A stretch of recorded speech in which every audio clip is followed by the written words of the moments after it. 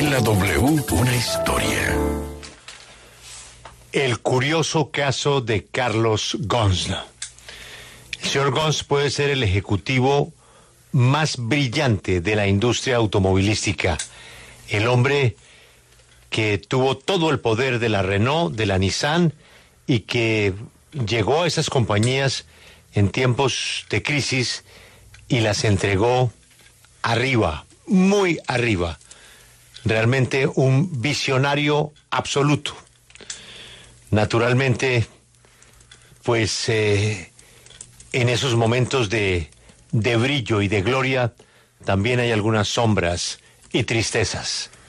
¿Cómo puede este empresario con semejante éxito terminar su vida escapando en una caja hacia su país, hacia el Líbano? Juan Pablo, ¿usted vio el documental en Netflix? Sí, impresionante documental porque además traza la exitosísima y estelar carrera que llegó a tener el señor Ghosn al interior de Renault, cómo la salvó de una situación, pues no de quiebra, pero sí de crisis financiera, eso sí haciendo recortes poderosísimos.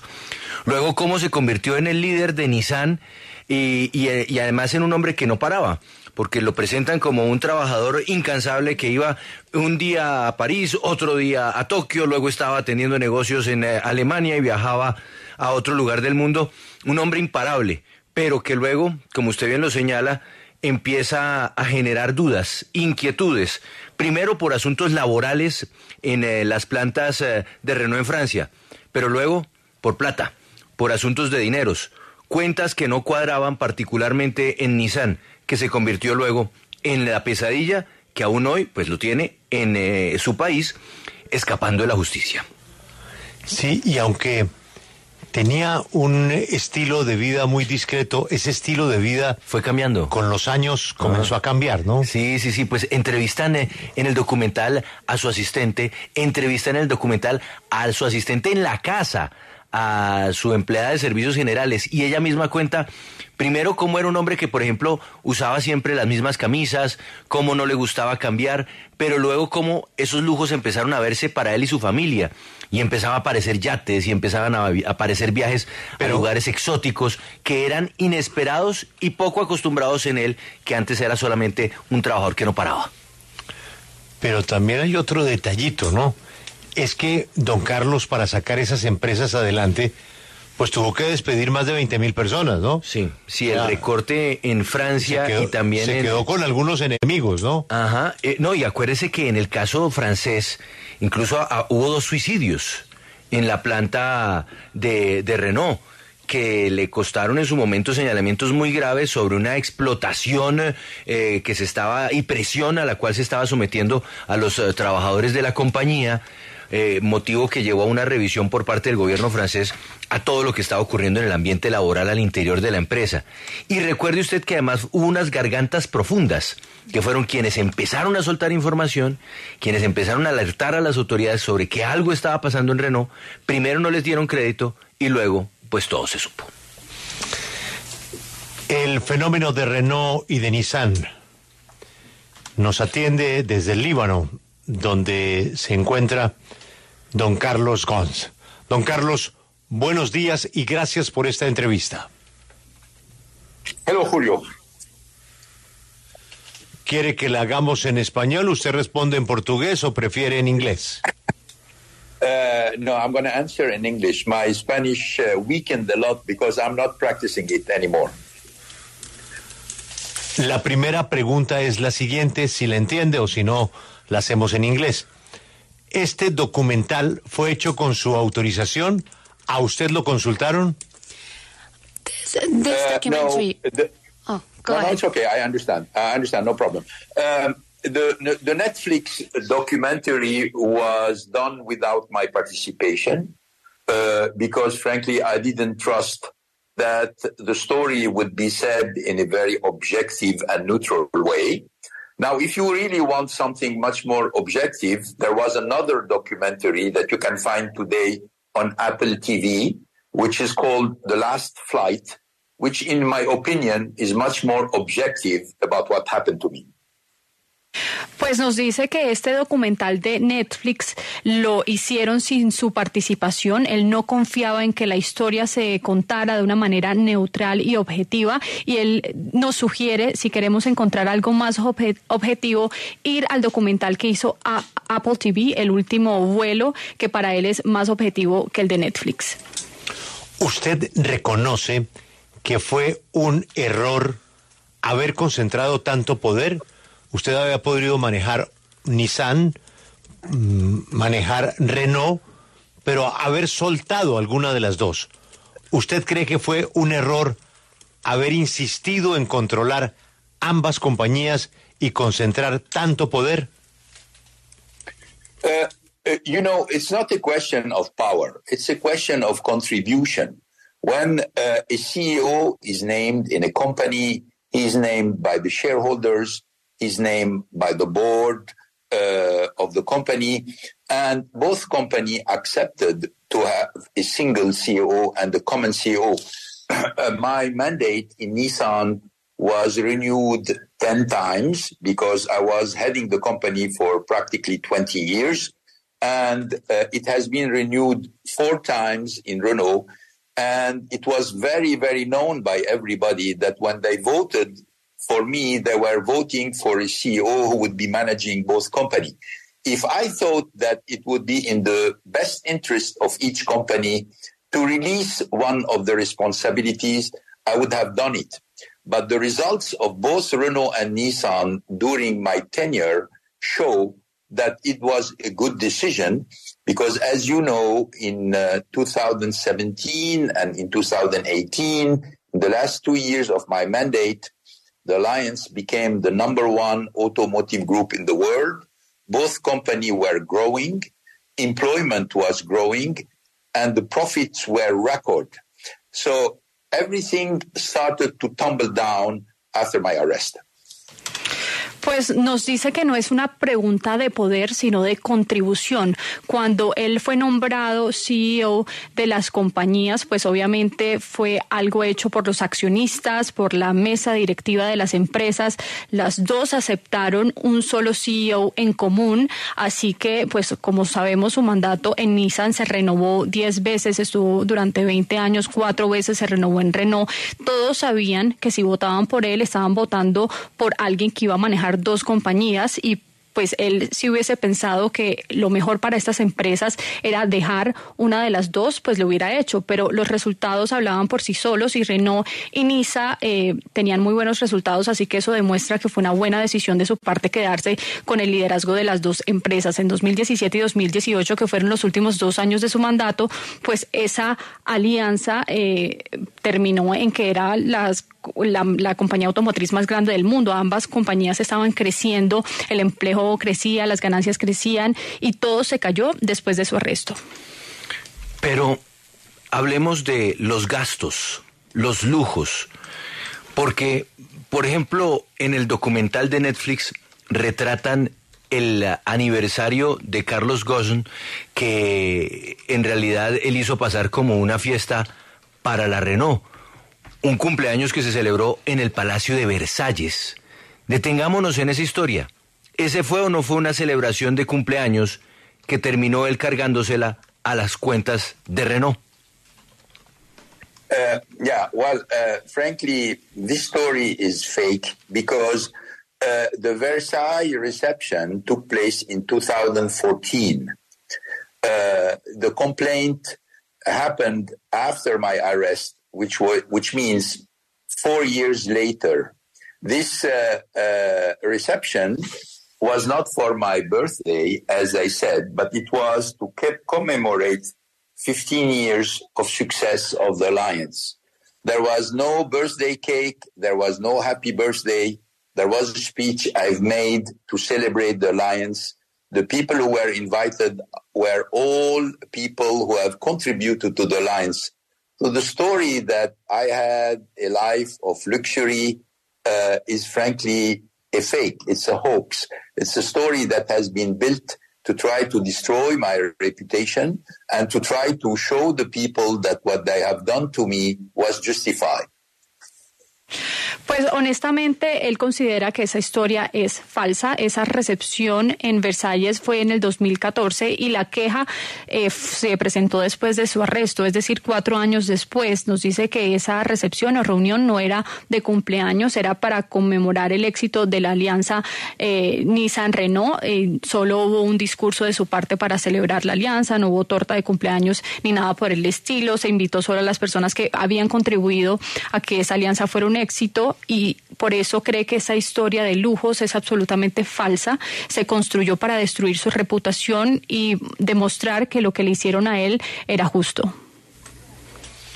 Pero él no reconoce que su estilo de vida, su lifestyle, cambió y terminó siendo muy distinta al hombre sencillo que llegó por primera vez a Renault. No, I think the image that was fabricated after my arrest has nothing to do with my lifestyle. I've been heading Renault and Nissan for so many years.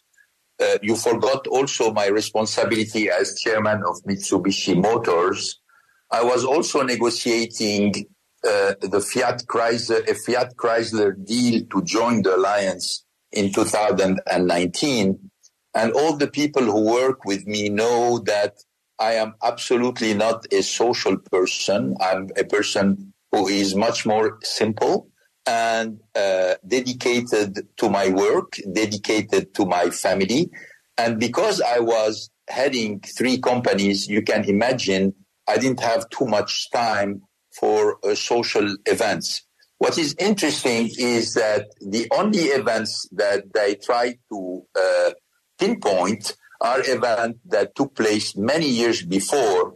And what's really strange is when they happened and it was covered in the media, nobody criticized them. This came way after trying to justify again my arrest and the kind of inhuman treatment that I've been through by the Japanese hostage justice system.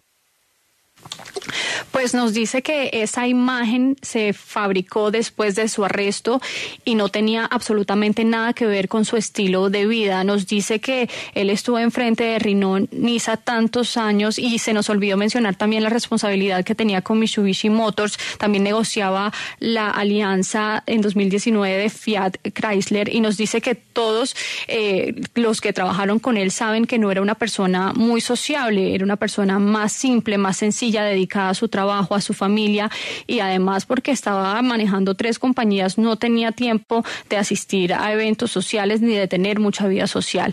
Entonces nos dice que lo interesante es que las personas empezaron a señalar estos eventos muchos años después de que hubiesen ocurrido, cuando en realidad pasaron y los medios cubrieron estos eventos, nadie los criticó. Solo después de su arresto lo hicieron para justificar ese trato inhumano que había recibido por parte de los japoneses en prisión. Quiero preguntarle sobre ese episodio. ¿Cómo el hombre más importante de la historia de la industria automotriz reciente, el primer ejecutivo del mundo, termina escapándose en una caja desde un aeropuerto del Japón? ¿Cómo es esa historia? Look, I found myself practically 1 year after I've been arrested in Japan and maintained into my residence under the supervision of the police and with camera all over the place. I found myself that, frankly, I was not facing a justice system. I was not facing prosecutors. I was facing a system which had already a conclusion on me, wanting to get rid of me. So I was facing injustice and I was facing persecution. And I came to the conclusion that if I would stay in Japan, first I would spend probably 6 or 7 years for the trial to be finished. And then after this, it would be very likely that we'll find something on which they will condemn me for many other years in prison. So I'm a 64 years old man, and I had to make a decision which is better for me and better for my family.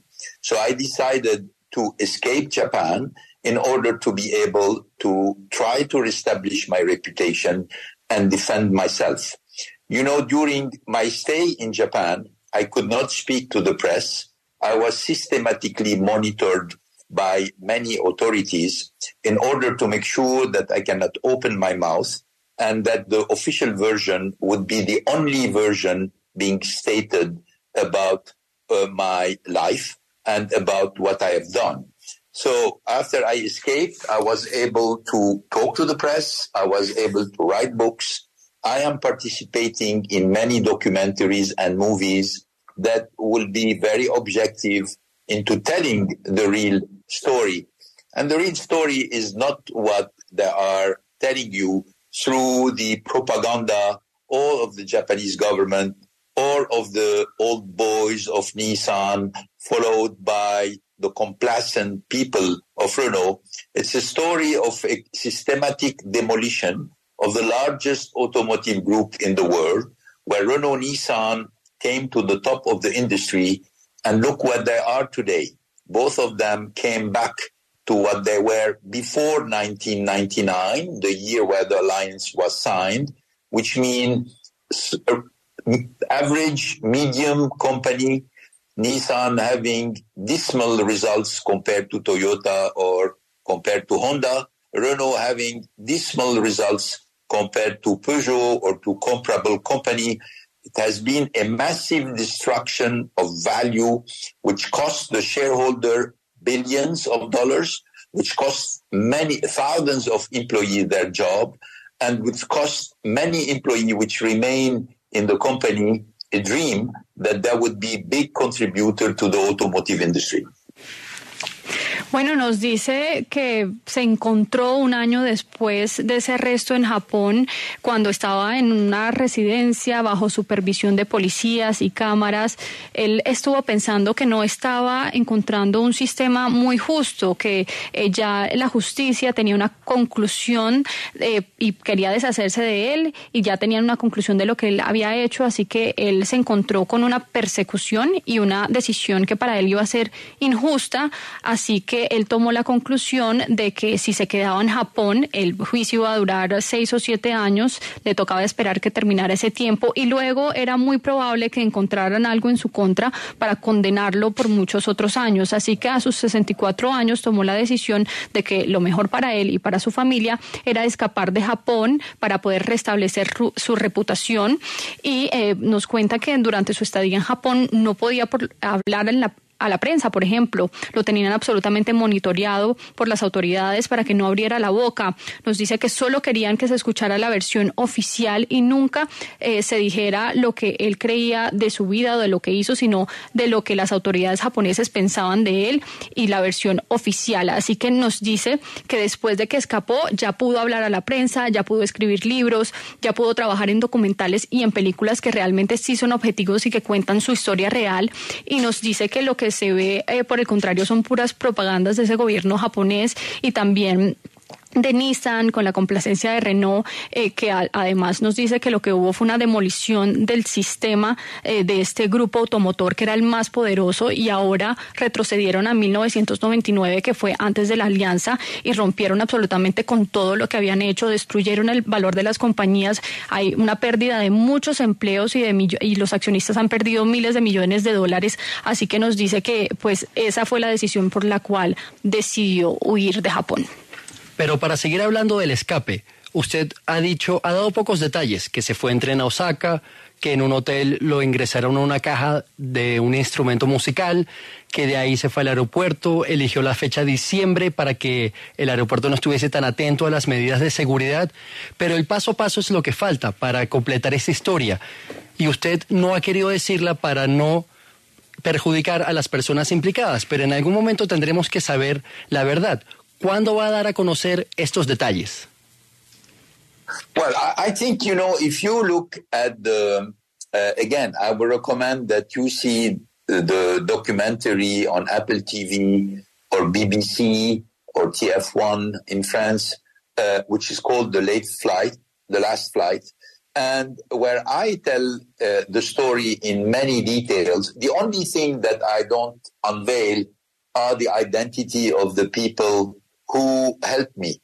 One thing I would like to add is, in this discussion between the official version presented by the old boys of Nissan or by the Japanese authorities or even by the people who are accomplices in Renault, I just want to remind you that a team of experts of the United Nations have emitted an opinion about my case where they said officially that my arrest in Japan was arbitrary, that all my human rights have been violated. They asked the Japanese authority, this is the United Nations speaking, they asked the Japanese authority to make a kind of investigation about how these things can happen in Japan and to compensate me for what happened to me. Obviously, the Japanese authority never responded to this report, which in my opinion is extremely important because you can imagine that experts from the United Nations are, in my opinion, a real good reference about an objective opinion about what happened. Bueno, cree que si uno mira y vuelve a mencionar ese documental que se hizo en Apple TV, hubo otro en TF1 en Francia, en la BBC, el documental se llama El último vuelo, ahí cuenta con mucho detalle cómo se dio ese escape y lo único que nos revela es la identidad de las personas que lo ayudaron a escapar. Pero una cosa que sí agregaría en toda esta discusión de su escape, nos dice que además de esa versión oficial que cuentan los viejos miembros de Nissan, las autoridades de Japón y también Renault, pues hay un equipo de expertos de las Naciones Unidas que emitió un comunicado y que dio una opinión del caso oficialmente sobre el arresto que se llevó a cabo en Japón y pues dicen claramente que fue arbitrario, que los derechos humanos de él fueron violados y le piden a Japón una investigación de cómo pueden ocurrir esas cosas en ese país y que si pueden compensar a nuestro invitado por lo que pasó. Obviamente las autoridades japonesas no respondieron, pero para él es muy importante que unos expertos de las Naciones Unidas que tienen una visión bastante objetiva den su opinión al respecto. Le pregunto desde París, señor Ghosn, usted ha sido muy crítico sobre la justicia japonesa y el gobierno, pero me gustaría preguntarle acerca de la actuación del gobierno francés, de las autoridades, que pareciera que en algún momento lo estuvieron apoyando, defendiendo y que de repente pareciera que lo dejaron solo, que lo habrían sacrificado para salvar esta alianza Renault-Nissan. E incluso usted tuvo 4 órdenes de aprehensión por parte de la justicia francesa que lo acusa de blanqueamiento, corrupción y abuso de bienes sociales. Yeah, obviously, in this case, what happened is that when I escaped Japan and I arrived in Lebanon, the justice system in Lebanon asked Japan to transmit the file to the Lebanese authority so justice can be done. And obviously the Japanese refused to transmit the accusation to the Lebanese authorities, which are the one which would be legitimate because I'm finding myself in Lebanon and not in France. But they have transmitted all their accusation to the French justice system. And the French justice system here is acting as a kind of servant of the Japanese authority. That's what happened. And in my opinion, all of this was done in order to safeguard what could be salvaged from the alliance. But as you know, from what you're seeing today, the alliance is a zombie. It's just don't work. And you can see it in the result of the two companies, where both of them are trying to shore up their operation without a lot of success. You know, the difference between business people and other people is that business people look at the numbers, and then from the numbers, they can deduct a lot of things. When you look at the numbers, whatever it's growth, whatever it's employment, whatever it's profit, whatever it's cash flow, from each one of the company that I used to manage, the results are dismal. when you see that from one side they're accusing me of abuse, talking about a few amounts of money which was ridiculous compared to all the destruction, which is not in millions of dollars, but in billions of dollars that took place, harming shareholders, harming employees, and particularly harming the future of the alliance. We're talking about companies which in 2017 were approaching $200 billion of revenue, making profit of about $10 billion a year. And today their sales are down, their revenues are down, their profits are down, and the cash flow disappeared. That's the reality that we should be analyzing about who is the criminal here, who really abused their position, and who is really benefiting from the situation that has been created. All the rest of it, frankly, is anecdotic.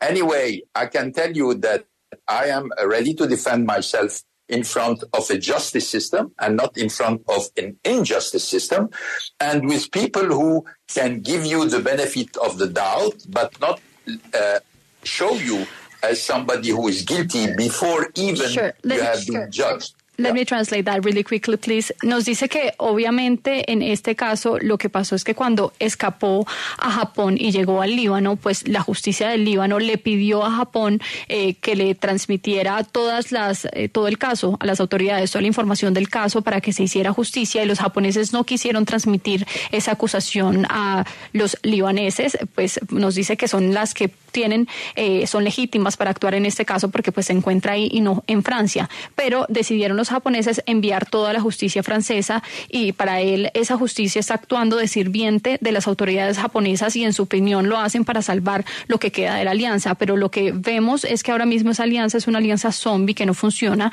y eso se puede ver reflejado en los resultados de las dos compañías. Estas ambas empresas están funcionando sin ningún tipo de éxito. Nos dice que la diferencia entre la gente del común y la gente de negocio es que la gente de negocio mira los números y ahí hacen las cosas o toman sus propias conclusiones. Primero se miran los números del crecimiento en cuanto al empleo, en cuanto a las ganancias, en cuanto al flujo de caja, y cualquiera de los dos resultados que se miren son absolutamente malos. Entonces lo acusan a él un abuso del dinero cuando ellos son los que están destruyendo las compañías y a los accionistas, perjudicándolos con pérdidas de miles de millones de dólares, lo cual es absolutamente ridículo. Y nos dice que pues los empleados también se han visto afectados y el futuro de la alianza, que es lo más importante, también se ha visto afectado. Antes, en 2017, la compañía era bastante próspera, hacía 10.000 millones de ganancias al año, ahora todo eso está abajo, así que esa es la realidad de la alianza para él ahora mismo, y hay que preguntarse quién se beneficia de eso, quién está abusando de la situación, y lo demás para él es anecdótico. Él está dispuesto a enfrentarse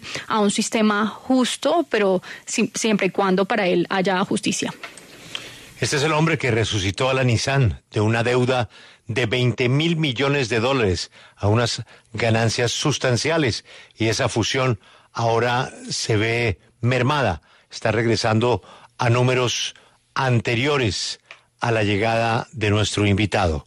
Es el que fuera el presidente de la Renault, de la Nissan, de la Mitsubishi, del negocio de Chrysler, en fin, el ejecutivo de la industria automotriz más importante de los últimos tiempos. Nos atiende don Carlos Ghosn desde su casa en el Líbano. Paula. Señor Carlos, quiero volver al momento del escape. Cuando usted estaba dentro de esa caja, ¿qué pensaba? ¿Estaba tranquilo? ¿Podía respirar? Look, when you are in a situation like this, your only goal is the success. You don't think about anything else. When you are in a box and you're fighting for your freedom and you're fighting for the chance to be able to fight back all the accusation, you don't think about anything else. I was not afraid. I was not tense. I was not stressed. I just wanted to be successful. So finally, I would be able to fight back all these accusations. Cuando se está en una situación así, la meta es el éxito. Uno no piensa en nada más, simplemente la persona está en una caja luchando por su libertad y está pensando en el chance de pelear de vuelta o de responder a las acusaciones en su contra y no se piensa en absolutamente nada más. Él no tenía miedo, no estaba tenso, no estaba estresado, solo pensaba en el éxito y poder responder o pelear de vuelta a las acusaciones en su contra. De lo que se acusa al señor Carlos Ghosn es de haber recibido en principio lo que se llama unas retrocomisiones. Es decir, que Renault pagaba un dinero a unos clientes y luego por otra vía esos clientes le hacían llegar esa plata a él. Se habla hasta de 30 millones de euros que habría recibido él a través de esa vía. Si no fue a través de las retrocomisiones, ¿cómo llega usted, señor Ghosn, a recibir esos 30 millones de euros que entraron a sus cuentas, bueno, suyas o de familiares suyos? Look, this is frankly a farce. All the money, all these accusations are based on nothing. Nothing has been demonstrated. These accusations are based on a relationship with one particular distributor. This particular distributor has already shown to the French legal system and also to the Japanese legal system that everything he received from Renault in terms of compensation and bonuses were based on contracts. They were based on memory of understanding. They were based on results. Many people inside Renault has signed on these payments. These payments have been under internal control, audited by external audit. So frankly, this story is only something, it is an accusation that the Japanese have transmitted to the French, who are investigating on it. And by the way, the instruction of this case is still not finished 3 years after the events. They didn't even close the instruction. We are waiting for the moment that this could be transmitted to a judge. So finally, we can fight them into a proper justice system, which in this case would be the French justice system. Las acusaciones son absolutamente falsas, se basan en nada y todo eso se ha demostrado. Eso está todo basado en una relación con un distribuidor en particular y se ha podido demostrar a los franceses y al sistema legal francés que fue, pues, obviamente transmitida esta acusación por los japoneses, que todo lo recibido de Renault es por compensación, por bonos basados en contratos, en memorándums de entendimiento, en resultados. Muchas personas dentro de Renault firmaron estos pagos, hubo un control interno bastante exhaustivo, también hubo auditores externos que auditaron todo este proceso. Entonces nos dice que esta acusación es simplemente una historia que los japoneses transmitieron a las autoridades francesas, que son las que están investigando en este momento, pero 3 años después, lo curioso es que el caso no termina y pues no se ha cerrado el caso. Están esperando que un juez, pues esto se transmita a un juez para poder pelear y poder enfrentarse a un sistema justo. Señor Ghosn, si las acusaciones son falsas y esto es un complot, ¿hay alguien detrás de esto? Si es así, ¿quién sería? Well, you know, I have already said many times that the issue, mainly this plot, has been organized by old boys in Japan who just did not want any interference from the French state into the Nissan business.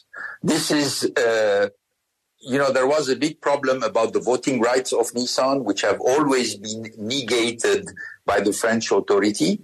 Nissan owns 15% of shares inside Renault and has 0 voting rights, while the French government has 15% of shares in Renault and they have double voting rights. This situation became intolerable for the Japanese, and they said that in order, because I was working on the more convergence between the two companies, between Renault and Nissan, in order to stop this convergence and in order to totally neutralize any influence coming from the French government into the business of Nissan, they wanted to put a halt to the alliance, and for this, they decided to get rid of me. We have a lot of documents showing that this has been prepared practically 1 year before my arrest, when the renewal of my mandate as the chairman and the CEO of Renault was decided, they started to try to look at everything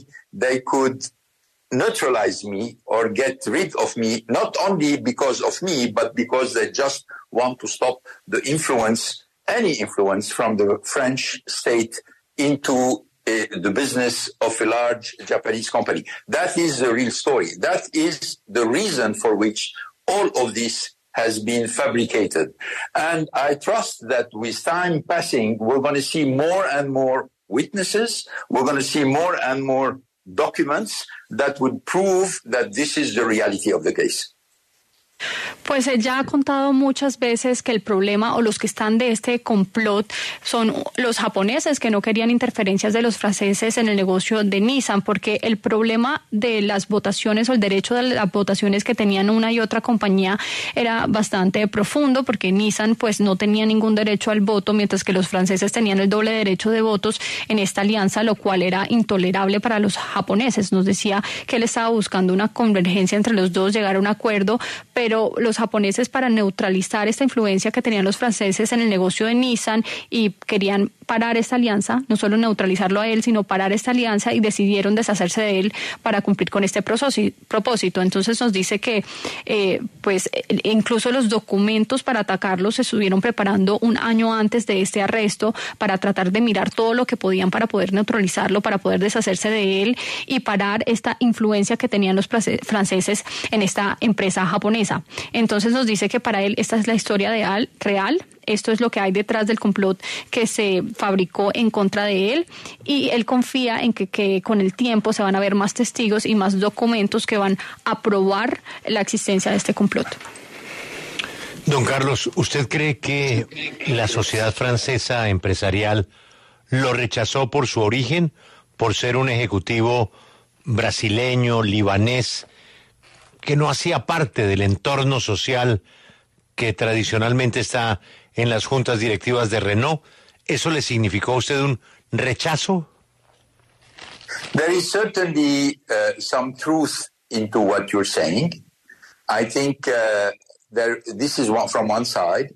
From the other side, there have been such a massive PR campaign against me while I was arrested in Japan, without any possibility for me to defend myself, that a lot of people became hostile or neutral. And I was really shocked by the fact that not a lot of voices, particularly between the business people in France who know me very well, tried to defend my case in France. It was a disappointment, but also in a certain way, it's a reflective of the French society, in which people, particularly CEOs, are not particularly popular figure into the system. Hay algo de verdad en eso, y eso pues es un lado de la respuesta, porque hay otra, y es que se orquestó toda una campaña de publicidad en contra de él cuando lo arrestaron en Japón, sin ninguna posibilidad de que él se defendiera, y mucha gente se mostró hostil en contra de él, o incluso mucha gente estuvo neutral, y eso le impresionó porque no hubo muchas voces de personas de negocios en Francia que lo defendieran, y eso fue para él una decepción, pero al mismo tiempo es el reflejo de una sociedad francesa y de los CEOs y presidentes que no son muy populares en ese aspecto. Don Carlos, ¿cómo es su vida hoy en el Líbano? ¿Qué hace? ¿Qué pasó con su esposa? ¿Con sus hijos? Well, look, life in Lebanon is a normal life. I don't have anymore the big responsibilities I used to have. I'm spending a lot of time writing books, participating in movies. I'm also teaching at the university about strategy and performance. I am supervising a board to help startups to try to shore up a little bit the entrepreneurship in the country. So I'm pretty busy doing what I'm doing. And obviously I'm defending myself and trying to get back my rights, both in France and in Japan. So my life has changed. I turned the page, and I'm trying now a new chapter where I'm trying to find peace, reestablish my reputation, and try to give back to society everything I have accumulated during my professional life. Ahora mismo tiene una vida normal, no tiene muchas responsabilidades, o al menos las que tenía anteriormente. Está dedicando su tiempo a escribir libros, a hacer películas y enseñar a la universidad. En la universidad Estrategia y Desempeño supervisa una junta de startups para impulsar estos nuevos negocios en el país, y pues está también defendiéndose de esas acusaciones tanto en Francia como en Japón. Nos dice que tuvo un cambio de vida bastante grande porque volteó la página, está tratando de hacer un nuevo capítulo, de encontrar la paz, de restablecer su reputación y devolverle algo a la sociedad de lo que pudo acumular en cuanto a conocimiento en todo este tiempo de experiencia profesional. Una última curiosidad y última pregunta. ¿Sigue usando vestidos negros, camisas blancas y desayunando lo mismo? No. This is a new chapter in my life, so I'm much more relaxed in the way I am, in my wares or in my life. I can wake up now in the morning, take the time to take a good breakfast with my wife, be able to spend time with my children on the telephone. This was a luxury that I never had during the last 30 years. Muchas gracias por su tiempo y ojalá que muy pronto pueda demostrar su inocencia. Muchas gracias. Thank you, Julio. Este es un nuevo Carlos Ghosn. Sí, en la W. Pues ese es un nuevo capítulo en su vida, Julio. Está mucho más relajado con su ropa, con su estilo de vida. Se despierta mucho más tranquilo en la mañana, se toma más su tiempo para desayunar junto a su esposa, también para hablar con sus hijos por teléfono. Es un lujo que no tenía antes y que nunca tuvo en los últimos 30 años, así que lo está disfrutando.